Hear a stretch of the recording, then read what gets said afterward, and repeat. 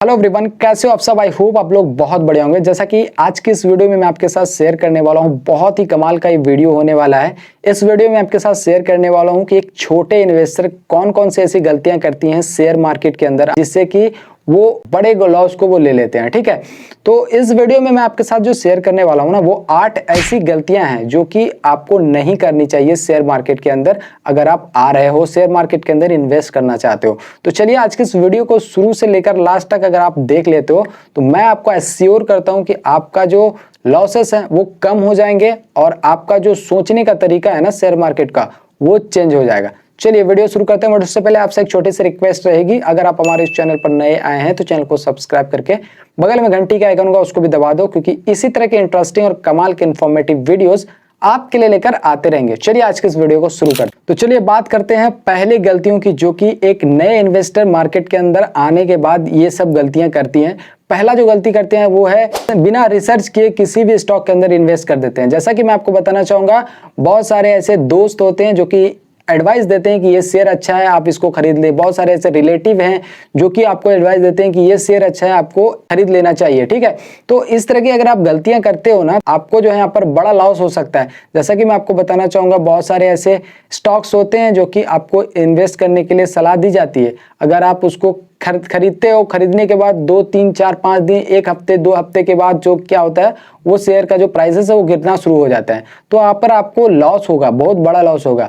यहाँ पर आपको किस तरह से डिटेक्ट करना है, किस तरह से किसी भी शेयर को आपको खरीदना है, उसके लिए मैं आपको थोड़ा सा टिप्स दे देता हूँ। यहाँ पर आपको क्या करना है, किसी भी कंपनी के शेयर को खरीदने से पहले उसके बैलेंस शीट को चेक करना है। चेक करने के बाद जो भी फंडामेंटल एनालिसिस वगैरह है वो आपको करना है कि मार्केट किस तरह की कंपनियां हैं, किस तरह की इंडस्ट्रीज है, कहां पर काम करती है, किस तरह से जो है इसका जो ग्रोथ है वो चल रहा है, ईयर टू ईयर जो है यहाँ पर रिजल्ट क्या आ रही है ये कंपनियों की। इस कंपनियों में आपको इन्वेस्ट करना है, इस कंपनी के बारे में पूरी डिटेल इंफॉर्मेशन आपको ले लेनी है। लेने के बाद आप जो है उसको एनालाइज करना है कि क्या ये कंपनी हमारे लिए सही हो सकती है, के लिए जो है ये सूटेबल हो सकती है इन्वेस्ट करने के लिए, आने वाले 2 साल के लिए, 3 साल के लिए, 5 साल के लिए, क्या ये आपको प्रॉफिट दे सकती है। अगर आपके तरफ से आंसर है हाँ ये दे सकती है, तो आप इसके अंदर इन्वेस्ट कर सकते हो। अगर आप किसी भी स्टॉक के अंदर विदाउट रिसर्च किए आप उसके अंदर इन्वेस्ट करते हो तो आपको लॉस होने वाला है। ठीक है, तो बात करते हैं दूसरी गलतियों की, जो कि बहुत ज्यादा आम हो चुकी है। वो है शॉर्ट टर्म में जल्दी पैसा कमाने का सोच। जी अगर इस तरह की सोच रखते हैं छोटे इन्वेस्टर, वो सोचते हैं कि आज मैंने पैसा डाला शेयर मार्केट के अंदर और मुझे कल प्रॉफिटेबल होकर निकलना है। ठीक है, तो इस तरह की सोच के साथ जो है शेयर मार्केट के अंदर आते हैं और वो सारा पैसा अपना जो है वो उसको यहाँ पर लूज कर देते हैं। सर ऐसे भी लोग होते हैं जो कि शेयर मार्केट को जुआ समझते हैं और वो सोचते हैं कि वो जल्दी से अमीर बन जाएंगे। लेकिन सच्चाई ये है कि ये जो शेयर बाजार है वो एक लंबी प्रोसेस का गेम होता है, जो कि आपको लंबे टाइम तक आपको जो है यहाँ पर बने रहना होता है, तब आपको जाकर जो है उसका जो है फल आपको मिलता है। ठीक है, अगर आप बार बार ट्रेडिंग कर रहे हैं, शेयर खरीद रहे हैं, डेली शेयर खरीद रहे हैं, शेयर बेच रहे हैं, तो हो सकता है आपको यहाँ पर नुकसान हो। बड़े निवेशक जो है हमेशा धैर्य से काम करते हैं और लॉन्ग टर्म विजन के लिए काम करते हैं, लॉन्ग टर्म के लिए नजरिया किसी भी शेयर के अंदर बनाते हैं। ठीक है, तो अब बात कर लेते हैं यहाँ पर तीसरी मिस्टेक जो कि एक न्यू इन्वेस्टर करते हैं आने के साथ शेयर मार्केट के अंदर, वो है डर और लालच के साथ ट्रेडिंग करना। स्टॉक मार्केट के अंदर 2 सबसे बड़े दुश्मन है, पहला है डर, दूसरा है लालच।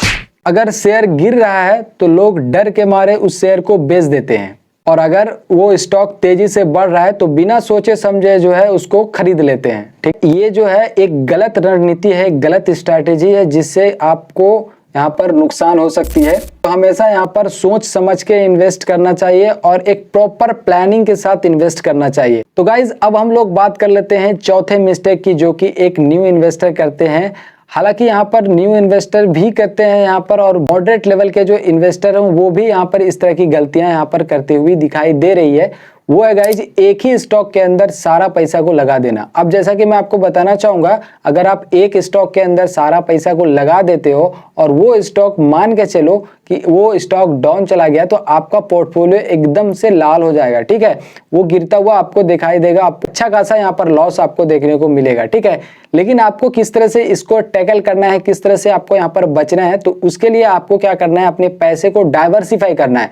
यानी कि बहुत सारे सेक्टर्स हैं मार्केट के अंदर, जैसे आईटी सेक्टर हो गया, फार्मा सेक्टर हो गया, और भी बहुत सारे सेक्टर हैं, जैसे पावर सेक्टर हो गया, एग्रीकल्चर सेक्टर्स हैं, बहुत सारे ऐसे सेक्टर्स हैं जो कि मार्केट के अंदर आती हैं। बहुत सारे ऐसी कंपनियां हैं जो कि लिस्टेड हैं शेयर मार्केट के अंदर। तो आपको क्या करना है कि अलग अलग सेक्टर के अंदर आप अपने पैसे को डाइवर्सिफाई करके अलग अलग शेयरों के अंदर इन्वेस्ट करना है। इससे आपको फायदा क्या होगा कि अगर आपका एक सेक्टर का जो मार्केट है वो डाउन भी जाता है ना, तो वो आपके अगर और भी सेक्टर, जो भी सेक्टर में आप इन्वेस्ट करते रहेंगे, वो सेक्टर आपको मैकअप करके जो है आपका जो है ओवरऑल प्रॉफिट में शो कर देगा। आपका जो पोर्टफोलियो है वो प्रॉफिट में ही रहेगा। ठीक है, तो आपको क्या करना है, पैसे को आपको डाइवर्सिफाई करना है, अलग अलग सेक्टर के अंदर, अलग अलग स्टॉक के अंदर इन्वेस्ट करना है, जिससे कि आपका जो पोर्टफोलियो है वो पूरी तरह से डाउन ना हो। तो हम लोग बात कर लेते हैं 5वें गलतियों के बारे में जो कि हर एक इन्वेस्टर यहाँ पर कर रहे हैं अभी।